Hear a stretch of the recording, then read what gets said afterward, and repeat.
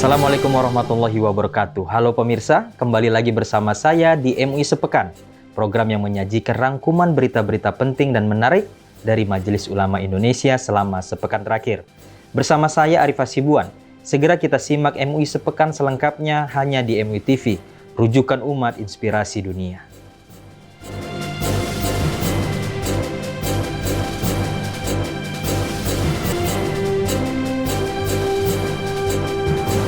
Kita masuk berita pertama pemirsa. Majelis Ulama Indonesia bersama Lembaga Mu'alaf Center menggelar silaturahim untuk mempererat ukhuwah, memperkuat kolaborasi serta melakukan konsolidasi dalam mendukung pembinaan dan pemberdayaan mu'alaf secara berkelanjutan. Kegiatan ini menjadi ruang strategis untuk menyatukan visi, menyusun program bersama serta memperkuat koordinasi agar pelayanan terhadap mu'alaf dapat berjalan lebih optimal. Manapun mu'alaf ini ya tentu tidak selamanya untuk menjadi objek dakwah terus, tapi bagaimana melalui mu'alaf ini yang tentu pribadi-pribadi muslim yang tercerahkan, mereka juga bisa memberikan inspirasi, bisa memberikan vibrasi, bisa memberikan magnitud ya kepada khalayak untuk menampilkan wajah Islam, atau bahasa saya itu fadilatul Islam itu terlihat di publik, sehingga mereka itu tidak sendirian. Mereka tidak menapaki Islam itu tidak sendirian, tapi bersama MUI dan juga bersama lembaga-lembaga mu'alaf. Satu itu. Yang kedua, lembaga-lembaga mu'alaf ini kan banyak. Nah, yang banyak ini bagaimana itu agar sinergitasnya terjaga, soliditasnya terjaga, konsolidasinya, kemudian kolaborasinya, bahkan sampai capacity buildingnya itu bisa tercapai. Ya kan harus sering ketemu dan harus saling berkolaborasi. Dalam hal ini MUI itu menghimpun itu.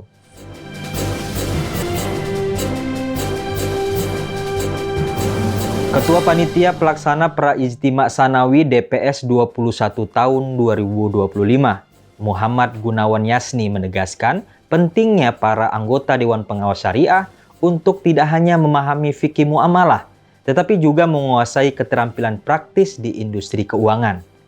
Hal ini diperlukan agar fatwa dan kebijakan yang dikeluarkan tetap relevan dengan dinamika pasar, mampu menjawab tantangan modern, serta memberikan kontribusi nyata dalam penguatan ekosistem keuangan syariah nasional.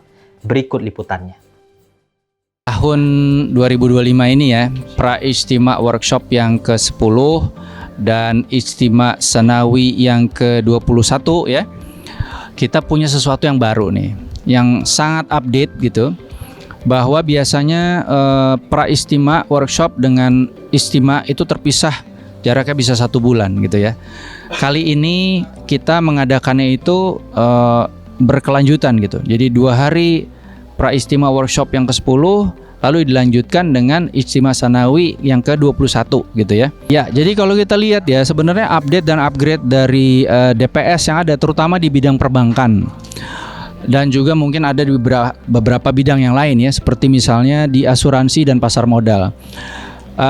Ketentuan yang ada di dalam peraturan Otoritas Jasa Keuangan dan surat edaran Otoritas Jasa Keuangan itu mengharuskan misalnya seperti di perbankan, DPS bank mulai tahun depan itu minimum harus 3 orang gitu ya, tidak bisa lagi kurang dari 3 orang.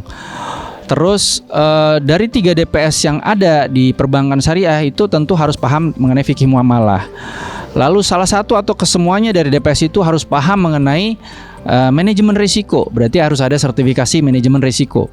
Lalu salah satu atau ketiganya dari DPS itu harus juga memahami akuntansi, memahami keuangan, sehingga harus memiliki sertifikasi di bidang akuntansi ataupun keuangan.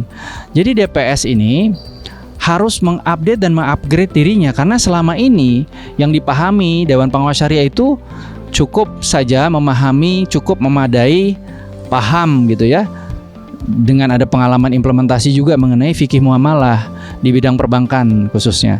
Sekarang nggak cukup lagi itu. Jadi semua harus dengan update dan upgrade diri dari DPS.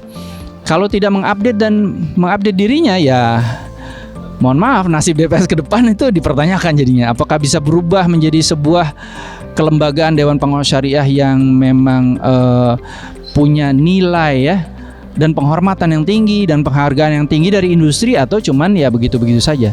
Balik tadi ke surat Ar-Ra'd ya, ayat 11 tadi, ya Allah tidak akan mengubah nasib suatu kaum sebelum kaum itu merubah dirinya. Jadi DPS tidak akan berubah nasibnya sebelum DPS itu merubah dirinya. Apa itu? Update dan upgrade.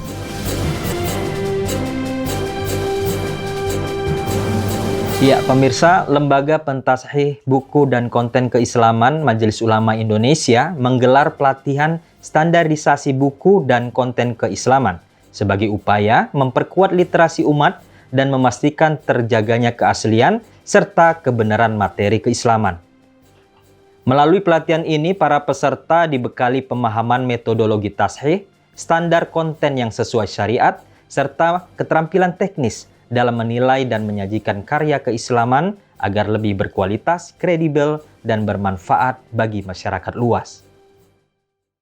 Bahwa Lembaga Pentashih Buku dan Konten Keislaman melakukan dan melaksanakan pelatihan kaderisasi untuk bisa jadi reviewer buku-buku yang sudah dicetak atau bahkan yang masih akan dicetak tapi untuk bisa ditashih lebih dulu. Di MUI ada lembaganya, yang karena lembaga ini adalah suatu keharusan karena betapa pentingnya hari ini siapa saja bisa menulis, baik itu orang yang mempunyai otoritatif atau yang tidak mempunyai otoritatif, tapi bisa menulis, bisa mempengaruhi publik, bisa menyampaikan pendapatnya di publik melalui teknologi-teknologi yang ada. Nah, khusus untuk pandangan agama, kita ada yang mensortir, memilih, dan nanti ketika ada isu-isu yang kemudian kok bertentangan dengan usul, bertentangan dengan konteks dasarnya ajaran keagamaan, itu akan bersama-sama disampaikan ke publik dan diluruskan bersama-sama, dan alhamdulillah sudah banyak yang dilakukan oleh Majelis Ulama Indonesia. Dan terus untuk menjadikan tokoh-tokoh ini makin banyak yang bisa mereview tulisan-tulisan, pandangan-pandangan, pendapat-pendapat di publik atau di buku, maka diadakanlah sertifikasi reviewer.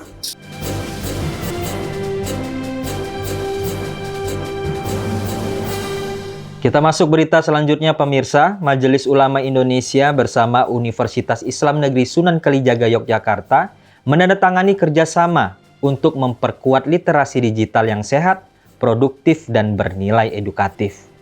Kerjasama ini diarahkan untuk mendorong pengembangan riset, peningkatan kapasitas generasi muda terhadap penyebaran konten positif yang sejalan dengan nilai keislaman, guna menghadirkan ekosistem digital yang lebih bermanfaat bagi umat dan bangsa. Dan informasi ini sekaligus mengakhiri jumpa kita dalam MUI Sepekan pada episode kali ini. Akhir kata, saya Arif Hasibuan, mewakili kru yang bertugas, mohon undur diri. Terima kasih atas perhatian Anda. Tetap saksikan MUI Sepekan hanya di MUI TV, rujukan umat, inspirasi dunia. Wassalamualaikum warahmatullahi wabarakatuh. Gustu Kampus ini adalah sebuah program penting dari MUI. Karena tujuannya apa? Tujuannya agar kita menciptakan kelompok-kelompok baik dalam bermedia sosial. Jadi kelompok-kelompok baik itu penting untuk kita perbanyak kelompoknya ke berbagai tempat. Dan kampus saya kira adalah tempat yang sangat strategis dan baik. Karena apa? Karena ada sumber daya manusia di situ. Jadi MUI dengan kampus UIN sudah melakukan penandatanganan kerjasama dalam konteks itu.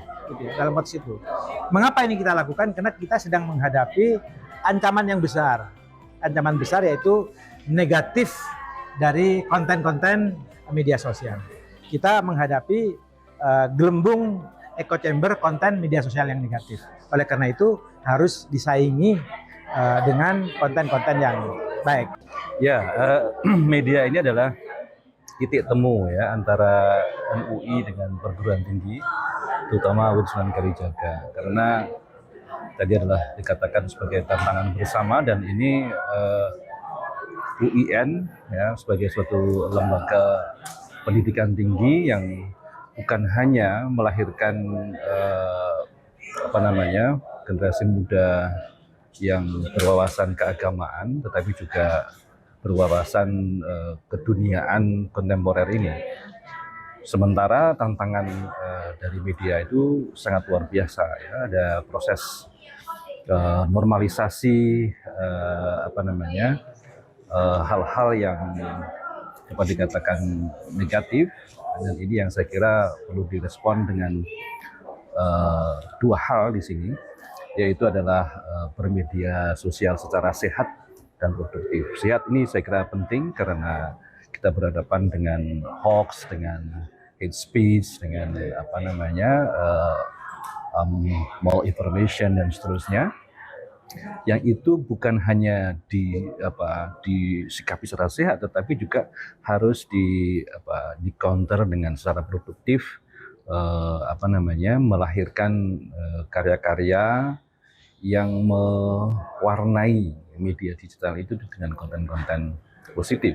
Dan di situ kerjasama perguruan tinggi dan dalam hal ini MUI itu sangat diperlukan dan diperharapkan.